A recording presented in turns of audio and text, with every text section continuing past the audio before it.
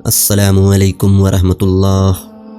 ایک شکاری نے بڑی ترکیبوں اور مشکل کے ساتھ ایک نادر اور خوبصورت چڑیا پکڑی۔ جب وہ چڑیا جال میں پھنس گئی اور آزاد ہونے کی کوئی صورت نہ پائی، تب چڑیا شکاری سے کہنے لگی، اے عقل مند انسان، تم مجھ جیسی ننھی سی چڑیا کو پکڑ کر کیا کرے گا؟ اگر تو مجھے ذبح کرے گا تو میرے ذرا سے گوشت اور گنتی کی چند نرم و نازک ہڈیوں سے تیرا کیا بنے گا؟ مجھے فروخت کر کے بھلا تجھے کتنا مال ملے گا؟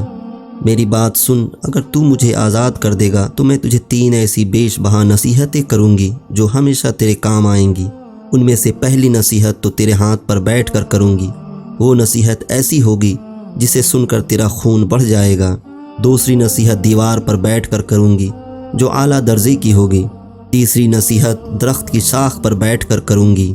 اس لیے تیری دانائی، جواں مردی اور دور اندیشی کا تقاضا یہی ہے کہ تو مجھے آزاد کر دے۔ ان تینوں نصیحتوں پر عمل کر کے تو دنیا میں بڑا نام پائے گا۔ شکاری تھوڑی دیر غور کرنے کے بعد راضی ہو گیا۔ چڑیا اڑ کر شکاری کے ہاتھ پر آ بیٹھی۔ پہلی نصیحت یہ ہے کہ ناممکن بات خواہ کیسا ہی شخص کہے اس پر یقین نہ کرنا۔ یہ کہہ کر چڑیا پھر سے اڑی اور دیوار پر جا بیٹھی۔ اس نے دوسری نصیحت یہ کی، گزری ہوئی بات کا غم نہ کر۔ اس کے بعد چڑیا نے کہا، میرے وجود میں 10 درہم وزن کا ایک ایسا قیمتی موتی ہے جس کی قیمت ہفتے اقلیم میں کہیں نہیں۔ یہ موتی پا کر تو اور تیری اولاد عیش و عشرت سے زندگی بسر کرتے، مگر افسوس کہ تو نے مجھے آزاد کر کے یہ بیش بہا موتی ہاتھ سے کھو دیا۔ یہ تحفہ تیرے مقدر میں نہ تھا۔ اتنا سننا تھا کہ شکاری رونے چلانے اور ماتم کرنے لگا جیسے اس کا کوئی عزیز مر گیا ہو۔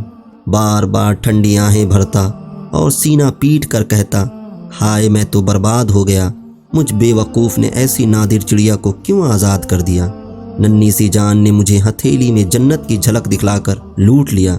شکاری جب رود ہو چکا تب چڑیا نے کہا، اے بے وقوف، میں نے تجھے پہلے ہی نصیحت کر دی تھی کہ گزری ہوئی بات کا غم نہیں کرنا چاہیے۔ جب یہ بات ہو گئی تو کفے افسوس ملنا کس کام کا؟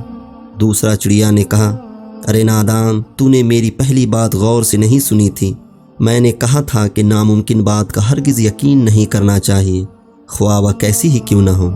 ذرا سوچ تو صحیح، مجھ ننھی سی جان کا پورا وجود 3 درہم وزن سے زیادہ نہیں ہے، بھلا 10 درہم وزن کا موتی میرے وجود میں کہاں سے آ گیا؟ یہ بات سن کر شکاری رونا دھونا بھول گیا، حیرت سے چڑیا کو تکنے لگا اور کہنے لگا، بے شک تو ٹھیک کہتی ہے۔ پھر شکاری کہنے لگا، اے نازک بدن چڑیا، مہربانی کر کے وہ تیسری نصیحت بھی کرتی جا۔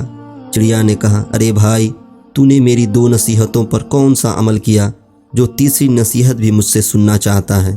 وہ قیمتی نصیحت تجھ جیسے بے مغز انسان کے لیے نہیں ہے۔ درس حیات، جاہل کو کوئی نصیحت کرنا ایسا ہے جیسے بنجر زمین میں بیج ڈالنا۔